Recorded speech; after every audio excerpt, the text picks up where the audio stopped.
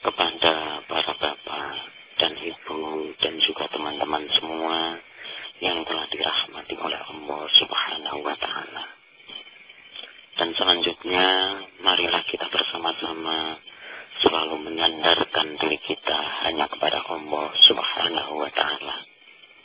Karena hanya Dialah Allah yang bisa memenuhi semua hajat kebutuhan kita.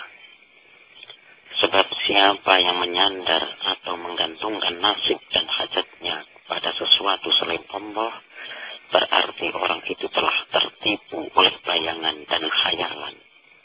Karena apa? Semua makhluk dan segala sesuatu selain Allah itu juga berhajat seperti kita kepadanya. Maka dari itu, janganlah kita meminta, mengaturkan sesuatu kepada selain Allah. Kalau kita tidak ingin kecewa, karena hanya Allah yang bisa memenuhi semua hajat kebutuhan kita. Kepada para bapak, ibu, dan teman-teman semuanya yang telah dirahmati oleh Allah Subhanahu wa Ta'ala. Dan untuk lebih meyakinkan kepada kita semua, di sini saya akan mengisahkan dari Syekh Muhammad bin Husain bin Hamdan. Beliau berkata, ketika saya di majelis Yazid bin Harun, saya bertanya kepada seorang yang duduk di sampingku, siapakah namamu? Jawabnya, Suhaib. Saya bertanya, siapakah gelarmu? Jawabnya, Abu Usman. Lalu saya bertanya tentang keadaannya, bagaimana keadaanmu hari ini? Jawabnya, kini telah habis belanjaku. Lalu saya bertanya lagi, dan siapakah yang engkau harapkan untuk kepentinganmu itu? Jawabnya, Yazid bin Harun. Maka saya berkata kepadanya, jika demikian, maka ia tidak bisa menyampaikan hajatmu dan tidak akan membantu meringankan kebutuhanmu. Dia bertanya, dari mana engkau mengetahui hal itu? Jawabku, saya telah membaca dalam sebuah kitab bahwasanya Allah Subhanahu wa Ta'ala telah berfirman, demi kemuliaanku dan kebesaranku dan kemurahanku dan ketinggian kedudukanku di atas arsy, aku akan mematahkan harapan orang yang mengharapkan kepada lainku dan kekecewaan, dan akan aku pakaikan kepada pakaian kehinaan di mata orang, dan aku singkirkan ia dari dekatku, dan aku putuskan dari hubunganku. Mengapa ia mengharap lainku dalam kesukaran, padahal kesukaran itu di tanganku, dan aku dapat menyingkirkannya dan mengharapkan kepada lainku serta mengetuk pintu lain, padahal kunci pintu-pintu itu tertutup. Hanya pintuku yang terbuka bagi siapa yang berdoa meminta kepadaku. Siapakah yang pernah mengharapkan aku untuk menghalau kesukarannya lalu aku kecewakan? Siapakah yang pernah mengharapkan aku karena besar dosanya lalu aku putuskan harapannya? Atau siapakah yang pernah mengetuk pintuku lalu tidak aku bukakan? Aku telah mengadakan hubungan yang langsung antaraku dengan angan-angan dan harapan semua makhlukku. Maka mengapakah kau bersandar kepada lainku, dan aku telah menyediakan semua harapan hambaku, tetapi tidak puas dengan perlindunganku.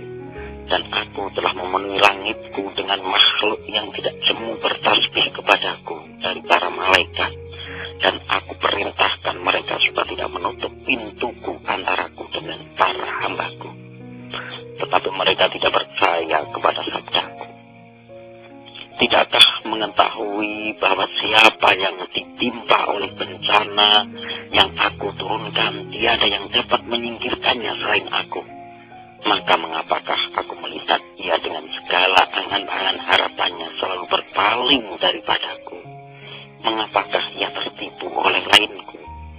Aku telah memberi kepadanya dengan kemurahanku apa-apa yang tidak ia minta. Kemudian aku yang mencabut daripadanya. Lalu ia tidak meminta kepadaku untuk mengembalikannya dan minta kepada lainku. Apakah aku yang memberi sebelum diminta, kemudian jika diminta lalu tidak memberi kepada peminta? Apakah aku bakhil Apakah aku kikir sehingga dianggap bakhil oleh hambaku, dianggap kikir oleh hambaku? Tidakkah dunia dan akhirat itu semua milikku? Tidakkah semua rahmat dan karunia itu ada di tanganku? Tidakkah dermawan dan kemurahan itu juga sifatku? Tidakkah hanya aku tempat semua harapan? Maka siapakah yang dapat memutuskannya daripadaku?